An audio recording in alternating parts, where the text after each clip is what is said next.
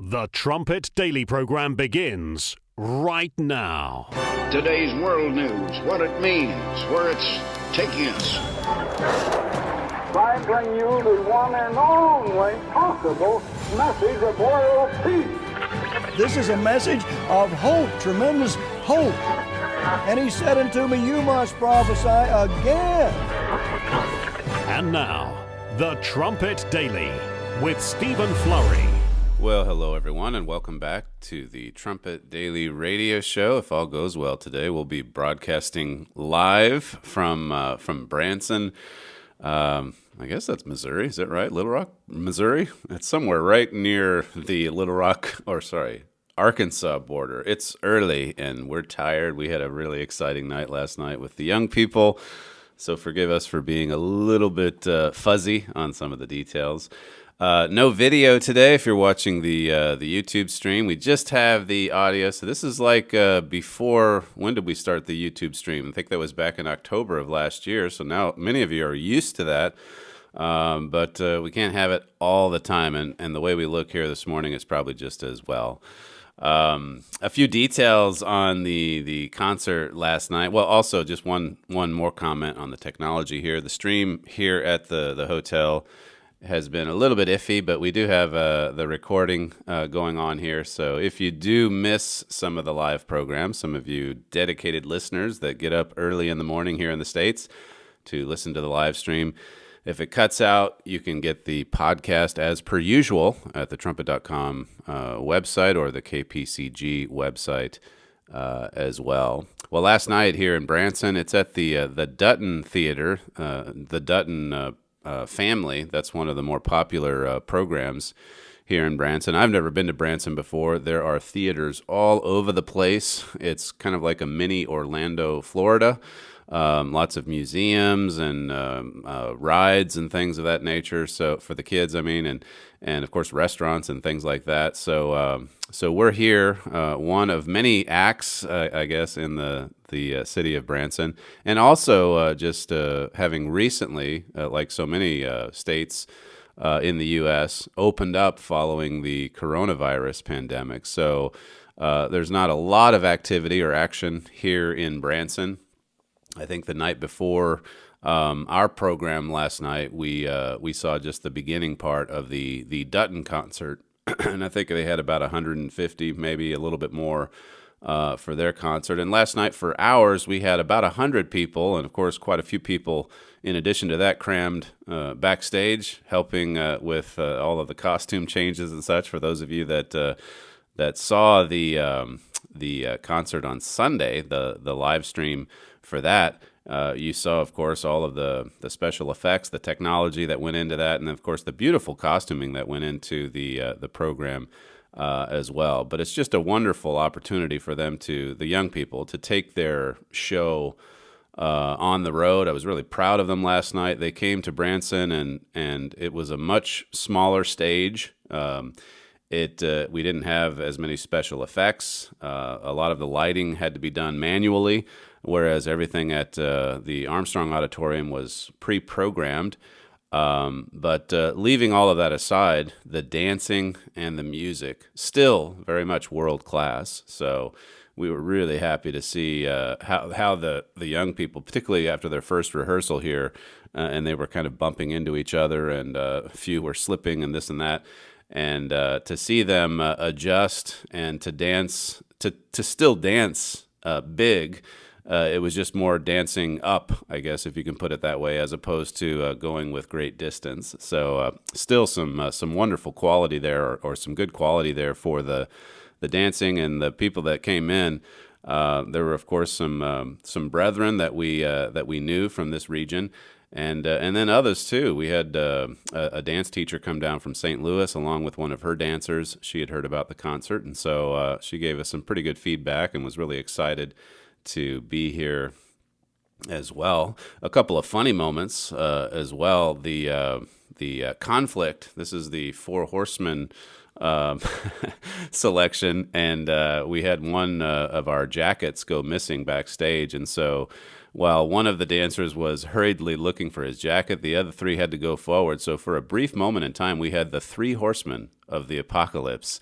But the fourth horseman was able to join the other three, and he did it perfectly. He came out just at the right moment, slipped into his position, and then the rest of it went forward without any trouble. So that was pretty humorous to see. And again, to see, as I told all of the dancers right before the show, if something bad happens, if there's a slip up or a mistake, just keep your composure and then get right back in line, and don't do it with a big, panicked look on your face. Those kinds of things happen. So it was great, as I say, to see everyone adjusting to the different environment here. That dance teacher, by the way, from St. Louis, she just marveled at the costumes and the wardrobe and everything, and then also just the ages of some of the youngest participants. She was saying, how do they get backstage and make all of these changes and then get back out, and they're all doing it together and so on. She says, well, besides her dance class, which, as she said, just telling them to all change their shoes, their hard shoes to their soft shoes, is a difficult task in the course of a dance lesson. And then she also teaches third grade during the day, so she works with young people, and she just really did praise this production for just how organized it all was. A few comments following the show on Monday, I guess, where we used some of the clips from Armstrong Auditorium. This listener or viewer said, "Great show today. Thank you so much," from Coeur d'Alene, Idaho. Another one says, I hope it will be available on DVD so that we can watch it over and over again. Another viewer said, Celtic Throne, lifts the human spirit to new heights. And another one says, I'm so proud of my Irish heritage, and this wonderful Celtic dancing is so uplifting and beautiful to watch. So those are some of the comments that we got following the program on Monday. On Monday's show, we also played some feedback from Armstrong Auditorium. And as it happens, we had David Vigil tracking down some comments after the show last night as well here in Branson. And we'll give you some of the audience feedback from last night here in Branson. I love the variety. The dancing was excellent. The choreography was stunning. The dancers were equally stunning. The vocalism was fabulous. The music that was written and composed was really good. The energy was astounding. Just an incredible energy. I hope they come back soon. It was phenomenal. Everything we were expecting and then more. Oh, it was so great. I'm so excited to be here. I loved it. It was fabulous. I really liked the choreography and the live music. We were down on the landing last night, and they were out practicing, and so we saw them and talked to them and decided to come tonight, and are super glad that we did because it was great. Oh, I don't know about all that. Just the sheer movement of the feet and how they're not able to trip or do anything, and all the just pageantry of everything. It's pretty neat, really neat. Yeah, just all the action and the enjoyment that the kids and especially the little ones when they're trying to keep up with the big kids. Yeah. It's funny to see them how energetic they are about everything. It's just I wanted to watch it all. It's pretty neat. Oh, I absolutely loved the show. It was phenomenal. I loved all the choreography and of course the music, and the dancers were just spot on. Great. Well, I loved the finale with everybody, just kind of the whole culmination. But I just loved how you guys changed the pace of the show. You know, the different emotions. You know, the different. I loved it all. And of course, I loved the fiddle, violin, whatever playing, because I'm a violinist. It was great. Great. Really good stuff. Oh. I thought it was great. I've never really experienced that kind of dancing before. I really liked at the end, and also the highest kicks from all the guys. I couldn't do that. No. I knew that I would be impressed, but I didn't realize how much. I mean, talk about like high standards. I was blown away.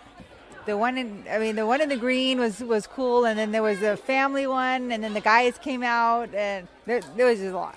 I can't pinpoint one thing. It was a lot, and but the finale was awesome. So some great comments there from some of the viewers of Celtic Throne here in Branson, Missouri. One of them mentioned the landing by the river.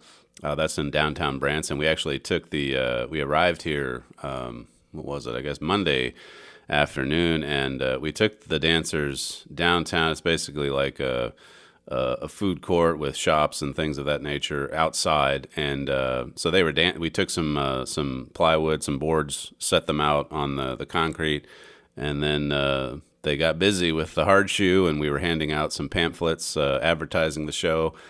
We did that Monday afternoon, and then again yesterday afternoon. Then came back for the show last evening, and that in addition to all of the rehearsals as well. So the young people have been real busy, working hard. It really reminds me from my days going back to the Worldwide Church of God, growing up in the church, and all the YOU activities that we had, traveling across the Great Northwest for basketball tournaments or track meets or whatever it was.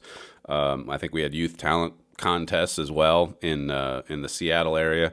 But that's what this kind of reminds me of, and there's a lot of parental involvement as well. Some of the young people are here without their parents, of course, but there's quite a few dads, quite a few ministers that came along on the caravan Monday morning.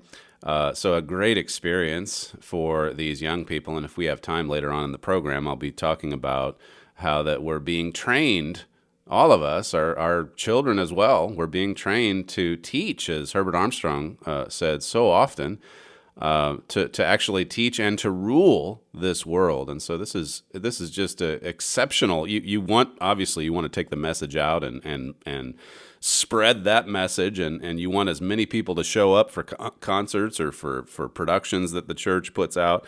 But at the same time, we can't lose sight of the fact that God is training us as well. And the greatest fruit, as Herbert Armstrong often said, my father's made this point so many times over the years, the greatest fruit to come in from this work will be what comes later during the Great Tribulation, and of course beyond that as well, once the government of God is established on this earth, headquartered in Jerusalem.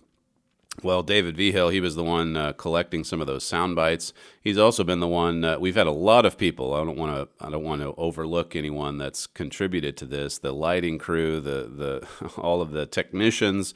Dwight Falk's in here right now with me for radio. Andrew Loker is in here helping. So we've got quite a few people contributing to this effort.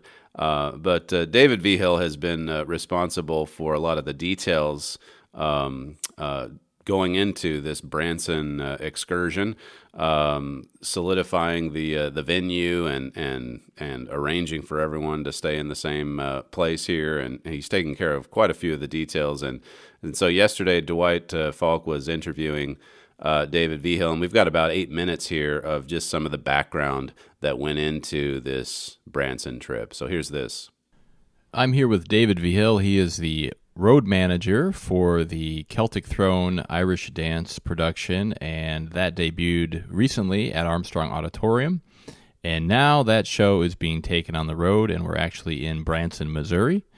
And so there's quite a bit that goes into this process. And so, Mr. Vigil, maybe you could tell us what does it take to get a Celtic dance show to a road venue like here in Branson, Missouri?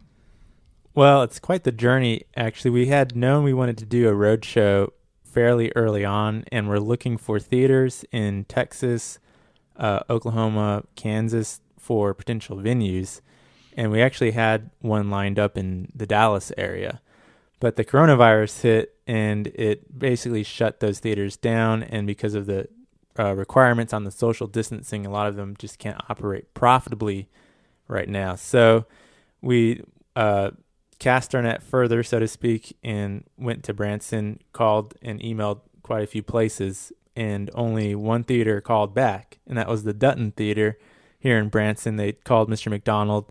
We had initial conversation, and it looked like it could work. So when that contact was made, we had another phone call. We worked out the details, and they're able to give us 2 time slots here, which was great for the price they gave us. So we have an 8 o'clock evening show and then the 10 o'clock morning show the following morning.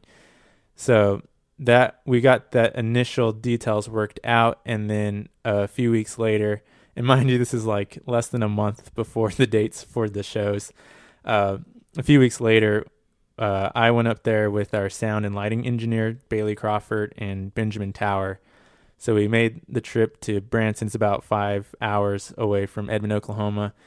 We got to meet the family. It's an interesting theater here because it's the Dutton Theater. It's owned by the family. It's right now operated by the family, and the family does the show. So it's a whole family operation, and they're just really friendly. So we met with them.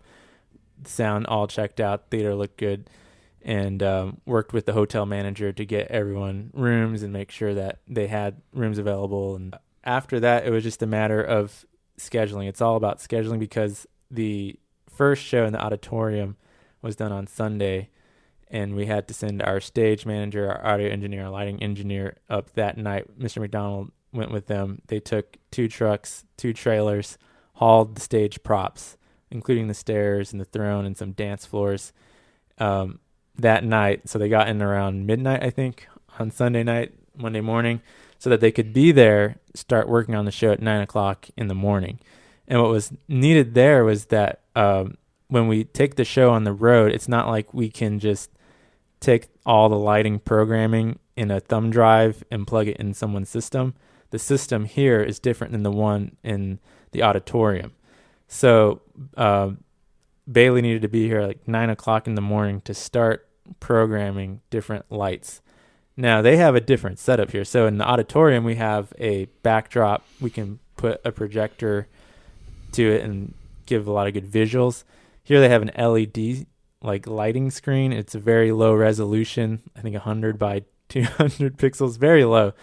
So he had to work with the theater to figure out what to do. It turns out they had a few pre-programmed settings that kind of work with our show. So for example, lightning for one of the pieces there that we would normally just show lightning actually being animated, they have a backdrop with lightning in there. So he started at 9 o'clock to work with the theater, get what he could that would match the show, figure out what washes to put in, and then Doug Culpepper was there to unload the stage props and start working about the logistics for that. So they were there that morning. Now, when they were doing that, then the rest of everybody, the dancers and the costume staff, we're all driving up Monday morning to get to Branson by 2 o'clock because we had our first rehearsal there. So everyone arrives. They've got some basic audio and lighting work done. 2 o'clock rolls in. We do our first rehearsal, just kind of run through some pieces and make sure that what needs to be modified needs to be modified. So the stage is a little bit different in the dimensions, so some of the things have to change, and it's a lot. That was 2 to 4. We worked on that rehearsal, and then after that, we had scouted some places in Branson to hand out flyers. So it's kind of a different market here in Branson. It's a very touristy town. And a lot of people, when they make their plans to come in for the weekend or a few days, will kind of have already planned out their schedule. So in order for us to attract people to the show, they haven't found out about it for about 2 weeks. We had a different plan, which is to hit up more of the locals and the people that are right there and try to get them to do an impulse decision. And so we scouted out 2 places in Branson to have some of the dancers in costume, give a little preview of the show, and hand out flyers for that. So the rehearsal went from 2 to 4, and then for the next couple hours, we went down there and we worked out a nice little preview spot. It's a beautiful area in downtown Branson that we were set up.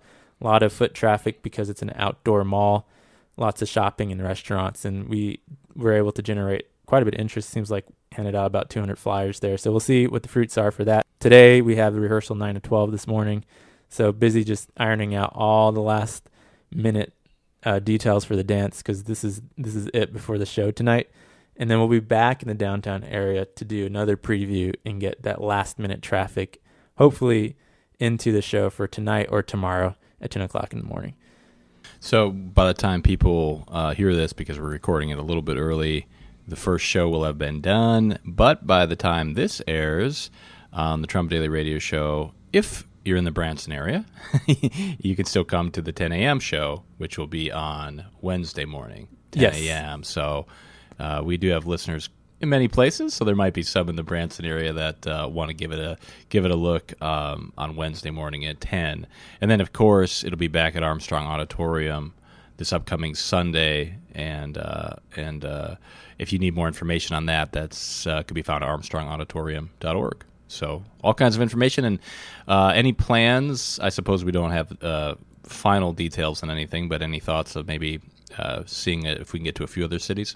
Yes, so I know that's still being talked about, and I think what's great about the Branson Roadshow, because this is the first time we've done this, is it's a great proof of concept for us. The theater is a little smaller, but it's got a lot of technology in there, and that's been very helpful. And so we have just experience now working with the different soundboard and lighting board for engineers there. We'll have the logistics down pat, and I think what will be interesting to see is what opens up with the coronavirus. So hopefully, if we are still planning on this, we can rent out some bigger venues and nicer venues in some of the bigger cities, and I think that would be great for the dancers to have the bigger stage, and I think the audience too as well.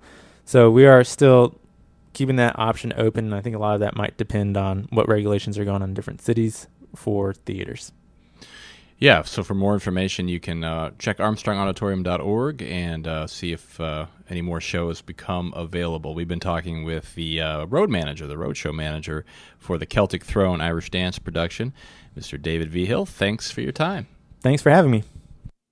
That's Dwight Falk with David Vigil in an interview they recorded yesterday about this traveling roadshow. As you heard there was not much time to plan for this because of the coronavirus pandemic. We tried a venue in Dallas, but this opened up at the last minute because of, as David Vigil was saying there, because of the Dutton family. And they have been, even though we've had our challenges with the setup here and the LED lighting screen in the back, and we didn't have the beautiful images behind the dancers like we had at Armstrong Auditorium. And as it turns out, as I said earlier, some of the lighting had to be done manually. So there were challenges, but the dancing, the performance was just exceptional. And that said, too, the Dutton family has been great. They've really accommodated us well. They've taken us in. They have a hotel behind their theater. So we've basically just been with them or with their family or their production since we got here, and it's gone really well. Before we leave this afternoon, we have another performance. We thought Branson has shows going just all the time, morning, noon, and night. And so we went ahead and scheduled a morning performance as well before we pack up the cars and the vans and head back to headquarters this afternoon. So there's probably not going to be too many people for this performance, but it just gives the young people yet another opportunity to perform. And as I say, it's been quite the teen activity and of course some of the dancers are young adults now in their 20s, but most of them are teenagers, and they're having a wonderful time. You're listening to Stephen Flurry, and this is the Trumpet Daily Radio Show. If you'd like to submit some feedback, you can email us at td@kpcg.fm. We'll be right back.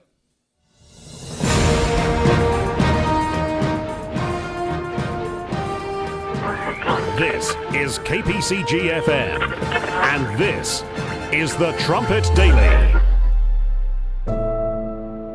Education is something most people take for granted.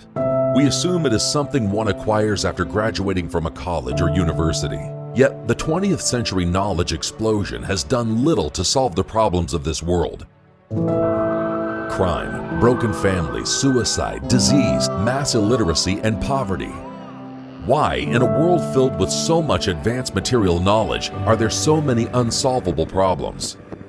Why, after 6,000 years, has mankind been unable to find the solution to its escalating evils or to the number one problem it now faces, that of human survival? Our free booklet, Education with Vision, will show you what is wrong with education today. It will show you what is true education with vision and how to achieve it. Request your free copy of Education with Vision at our website, thetrumpet.com.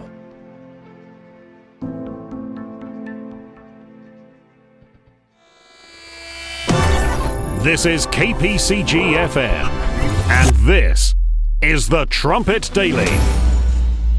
Richard Palmer subbed in for me yesterday, gave another great historical sweep. I haven't had a chance to listen to the program as yet, but quite a few comments coming in response to Richard's show. This one here says, wow, what a wonderful history lesson, the most I've learned in my life. And I was born in 1941. I'm thoroughly enjoying your lecture. You have opened my eyes. So great feedback there in response to Richard's program from yesterday. Another one here says, we have given away our inheritance, just like Esau did when he gave away his inheritance for a bowl of pottage. Richard's program, by the way, did the NHS kill the British Empire? And then I think he wrote about this as well, following up on yesterday's show with the trumpet brief yesterday. Another listener says, truly fantastic program, Mr. Palmer. You connected the importance of empire to spirituality. The demise of the British Empire is the greatest tragedy of the 20th century. Another response here from our listener in Abu Dhabi. It says, Richard Palmer was on fire today. Excellent coverage of past world empires and the future God family empire. Much needed lessons in both history and prophecy. Job well done. Another one here says, thank you for a wonderful lecture today. I've learned so much about history, things which have never been taught in our schools. And this listener says, I was born in 1941. Two responses from people born in 1941. He says, so I am old. I really enjoyed the whole hour. You certainly are a very clever young man. And then finally it says, Mr. Palmer did an absolutely wonderful show today. It was truly educating, uplifting, informative. Please extend my thanks to him for such a thought-provoking and deeply inspirational program. So if you'd like to listen to that program, Did the NHS Kill the British Empire? That's at the trumpet.com website. And of course, if you're wanting to listen to this program, you're probably going to have to get it at the website later on. We're having trouble with our stream here in Branson, but we're continuing on with the recording, and we'll have this posted at the trumpet.com website later on today. President Trump yesterday tweeted out 3 words, the lone warrior. Pretty amazing when you think about what my father's written. 2 years ago, he was talking about President Trump standing up to the forces of the radical left. And it's as if this president understands and knows he's the only one standing against these radical forces, virtually unchecked, as my father wrote about the Barack Obama administration, the radical transformation of the United States during that 8 years, those 8 years of Barack Obama, the prophesied Antiochus. My father said in that Saving America from the Radical Left temporarily, he talked about how that most Republicans are just caving into the pressure. They're caving in, and yet Donald Trump, of all people, has proved himself willing to take a stand where others have not. He's taken quite a stand. He is, as he tweeted yesterday, I know a lot of his critics made fun of the tweet, but he is the lone warrior. I mentioned on Monday's show, or I asked, where are the historians? You know, the politicians, so many of them, they're caving in. The leaders are caving in. You have the lone warrior. But what about the historians as they see all of these, the teachers, the educators, as they see all of these statues coming down, all of these monuments being smashed or burned?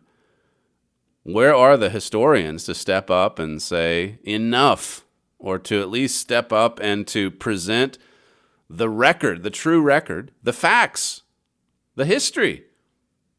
Well, we've played clips before of the British historian David Starkey, and following that show on Monday, Richard found this interview. And it is a good example of at least one individual, one educator, one historian who is standing up for Britain's history. He's trying to set the record straight. And listen, he's a lone voice. There's not too many people that have the courage to speak up when so many others are just caving in to the pressure from these movements like Black Lives Matter, these Marxist movements, these revolutionaries, these anarchists. This is British historian David Starkey talking about Britain's history with slavery. Clip 1. Everybody says, isn't it time Britain had its debate on slavery? We tore ourselves apart over slavery from the 1760s to the 1830s. You know, we had this gigantic debate, which finally culminated in the abolition of slavery, not only in Britain, but in the Empire, and using the might of the British Navy, then the equivalent of all other navies in the world put together to wipe out the slave trade universally. That's historian David Starkey. He's talking about how that people are calling for a debate now on slavery in Britain, and he says, "Look, we ripped ourselves apart on this in the late 1700s and the early 1800s. We look at what we did to wipe out the slave trade universally."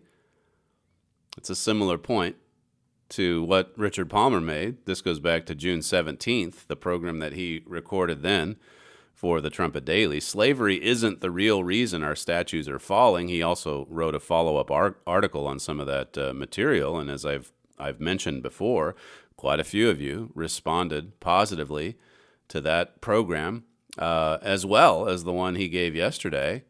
But Richard's point from a couple weeks ago is that slavery, for the most part, the entire world was engaged in slavery prior to the 1800s. The whole world. And what Britain and America did, what really stands out about these two nations is that they led the world in abolishing the practice, in abolishing slavery.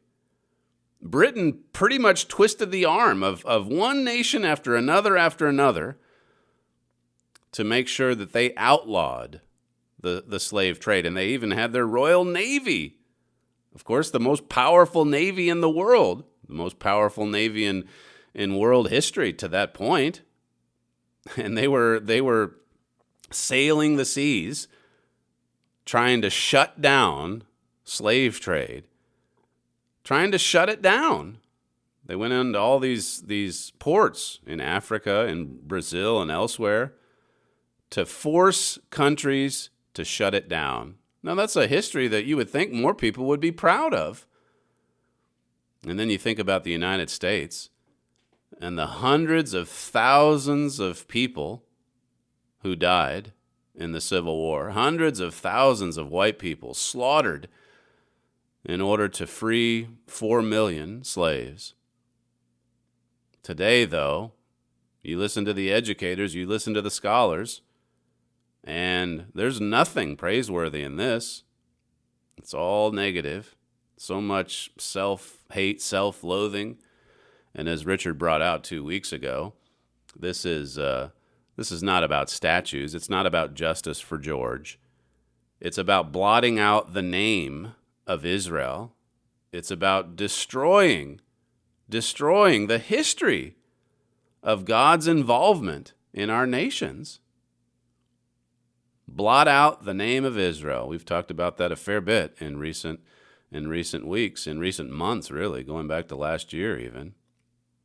Moving ahead to this interview, this is clip 3 of the British historian David Starkey, again, talking about the history of slavery. Clip 3. The only reason remember again this preposterous notion that Britain is singularly guilty, of course, is utterly silly. Every civilization before our own has essentially depended on slavery. The glories that were Greece, the splendor that was Rome, slavery. Every time Mary Beard gets up and waxes lyrical, she needs to tell us it was the slave what did it.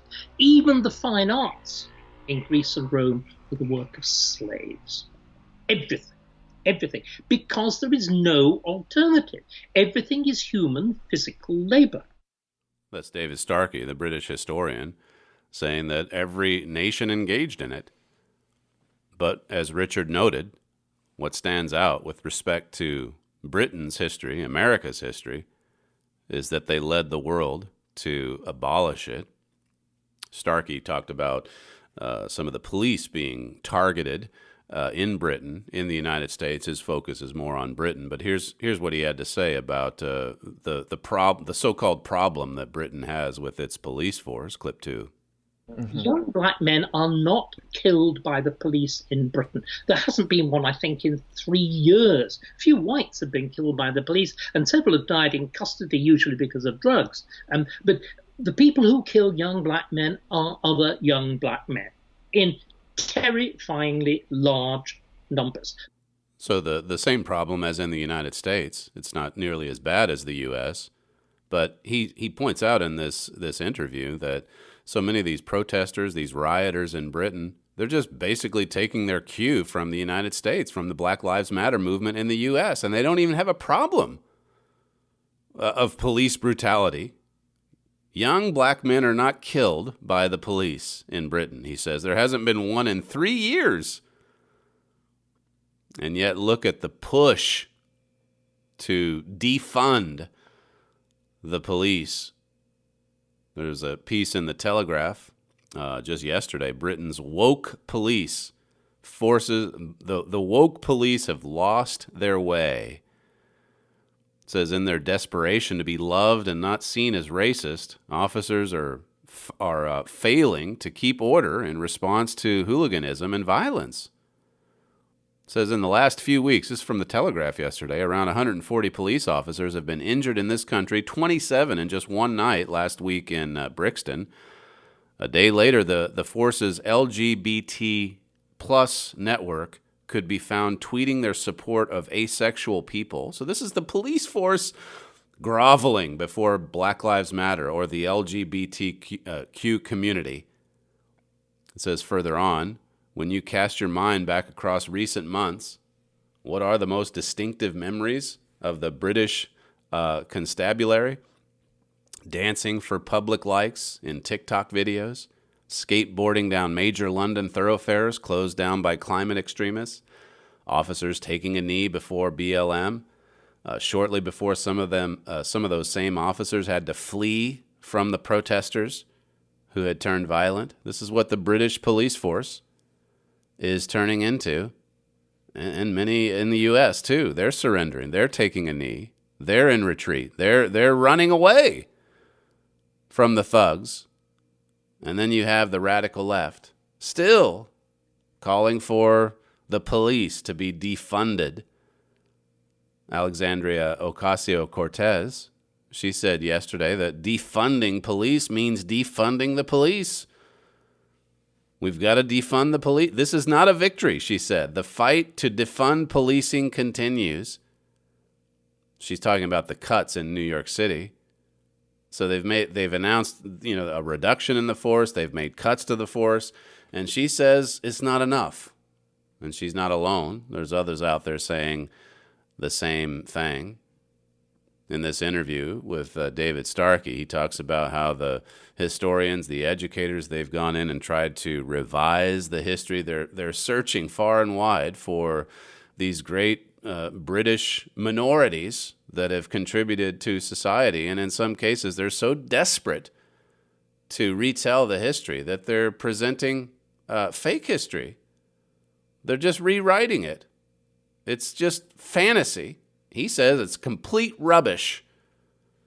Here's a little more from British historian David Starkey talking about the radical left and how that they've taken over universities and other institutions in British life. Clip 4. What the right has allowed to happen is universities and the educational system and the BBC and so on have indeed been penetrated and taken over. And indeed the police force. I mean, has there been anything more shocking than the sight of policemen going down on their knees before rioters? What is the symbolism of that? Anything more shocking than that? Seeing that's great for him to take a stand. What a shocking display. Surrender, total surrender to communist infiltration. That's what it amounts to. Mr. Armstrong, I've read this quote before, 1969. This is following all of the riotous turmoil in that time period. He says, why are our people unable to recognize the communist line? the communist plan and conspiracy in college and university riots, in propaganda accusing police brutality, in Black Power, Black Panther, and other slogans. Just update it to today. You plug in BLM, and Mr. Armstrong was way ahead of his time. How come our people can't see what's actually happening here? He answers, the guiding hand in the student revolt is the Communist Party. It says many students, their emotions stirred and enraged to violence, do not themselves realize this, yet actually these young leaders of the New Left movement are going beyond the Communist Party. That aligns with something my father has said just recently, a few months ago, how that the radical left, it's worse. It's worse than the Marxists. It's worse than the Communist Party. That's what Mr. Armstrong was getting at. He says their plan is to stir up college-age students to revolt first, and the teenage high school adolescents. See, it's all of the youth. That's who's leading the movement. That's who's leading the movement today. Here's another clip from the historian, David Starkey, again, talking about the takeover of the educational system by the radical left. Clip 5. For example, the English faculty at Cambridge. Because the English faculty at Cambridge is not about academic freedom. There is no academic content in it whatever. What it is about indoctrination. It is a program of Marxist indoctrination dressed up in this preposterous American French, Franco-American language of critical theory. It is the worst form of perverse verbiage. There can be no public benefit for paying for anybody to do it. That's David Starkey in his eloquent manner, talking about the indoctrination of our universities. There was a piece in Spiked Online, which basically showed how that this is like a radical cult. It's a religion. It's a religion. This article says witch hunts, excommunications, and iconoclasm are back with a vengeance. How much of what went on in the Middle Ages and early modern periods do we look back on with abhorrence and a certain amount of perplexity? Burning witches at the stake, lynch mobs, self-flagellation? What possessed people to do such things, we wonder? It says, but take a step back, look about, and you see many of these practices are still flourishing today, though they go by different names. And then he lists off a few of them. Excommunication. It says excommunication meant so much more than being banned from taking communion. It involved you being shunned, shamed, spiritually condemned, even banished. Only through some kind of heavy penance, often a very public, lengthy, and humiliating contrition, could you and your reputation be redeemed. Well, he talks about the cancel culture that we're now in, and how quickly people are shunned, shamed into, resigning, or in a lot of cases being fired. Further on, it says today's religions, however, are not the many sects of Christianity that once perforated Europe, but climate change, education, the NHS, gay rights, trans rights, the European Union, and multiculturalism. It says even coronavirus and the lockdown have become sacrosanct. It says finally, intellectuals of the right and left, from Polly Toynbee to Nigel Lawson, have described the NHS as Britain's religion. See, it's a religion. Climate change, same thing. The lockdown, coronavirus, same thing. There's this religious fervor behind these movements. So they're radical movements. BLM falls into this same category. That's what Spiked Online is getting at. Wokeness, the return of medieval madness. That's what we're seeing. One final quote here, or clip from the British historian David Starkey, clip 6. But one of the things that's most striking is the fundamental self-hatred of the British intelligentsia. And, it's identified brilliantly by George Orwell in the 1930s and 40s, particularly the 1940s, the great essay on the lion and the unicorn, in which he remarks that typical left-wingers would rather be seen stealing from a poor box in church than stand Union Jack. national anthem. Wonderful, wonderful language. But it goes back much further. It goes back to the Oscar Wilde generation. It goes back to, in Gilbert and Sullivan, it's exactly the same. There's that wonderful moment in Coco's song in the Mikado. Those, on his little list, those who sing the praises of every country but this, and every century but their own. It's peculiarly English. Not only English. It's also now become American. Americans have become even more, white Americans become even more self-hating than we are. But the infection came from Britain. French intellectuals don't hate France. German intellectuals sort of hate bits of German history, but bloody dedicated to the German language. It's a peculiar English form of self-hatred, which is very closely associated with upper-class snobbery. A peculiar English form of self-hatred, and it's infected the United States. Why the United States and Britain? Why these two nations? Why do our people have this hatred for our history? A fundamental self-hatred in the British intelligentsia. And that same sickness, think of Isaiah 1, the same sickness is in the United States of America as well. And so along comes, as my father has said recently, along comes Celtic Throne, and it resurrects this glorious history.